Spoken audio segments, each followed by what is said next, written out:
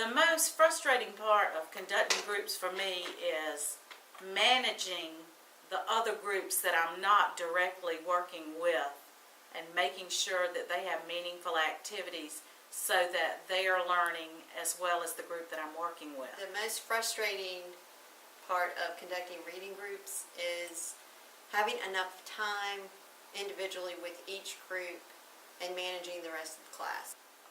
Once we're into the lesson, it seems that sometimes the kids get so involved with what's going on that we lose a little bit track of time. So sometimes sticking to that 15-20 minute time slot is difficult, and then that puts issues into getting to every group. In working with small groups, teachers are very challenged by keeping their other students in the classroom engaged while they're at the back table or wherever with their small group.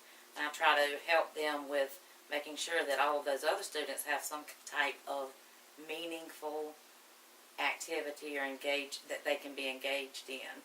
It also needs to be individualized, because some students will be able to focus in on certain activities where others will have to have something different. So you need to individualize the engagement and make it meaningful. Make sure that they are busy and engaged and that they know the procedures of what they're supposed to do during that small group time. Some guidance that I could use in helping me with this problem is coming up with new activities and lessons that I can use that not just to keep them busy, but that they will actually learn from.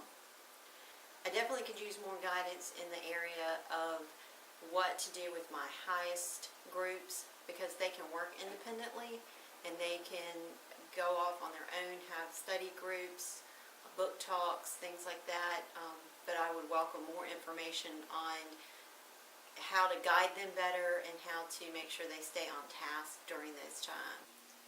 In order to keep your other students engaged in meaningful activities that's going to help them to learn and also keep their attention so that they're not bothering you when you're back there trying to do your small group, is you need to make sure there's a lot of different things offered, like different computer things that they can do with whatever technology you might have, and games that you can make for them, and let them interact with each other also in doing those things. Also, they can work out of their books, and you can make sure that you write things out for them to do, some specific activities with their reading skills or math, if that's what you want them to do during that time.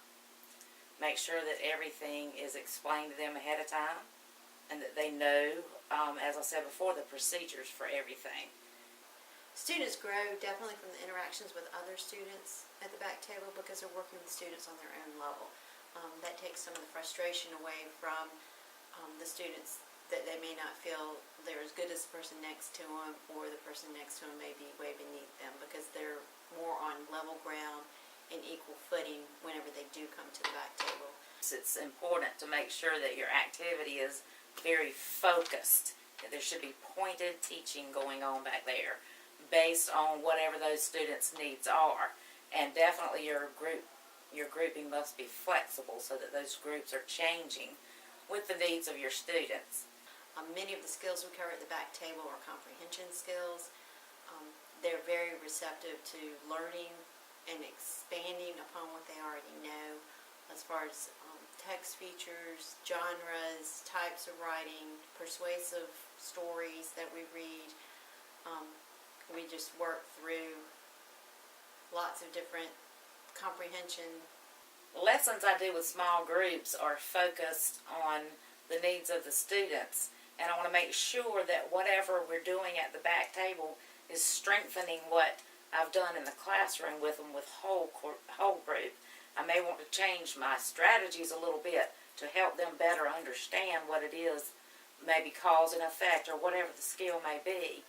And I also want to make sure that I have their complete attention and that I'm teaching them to be thinkers.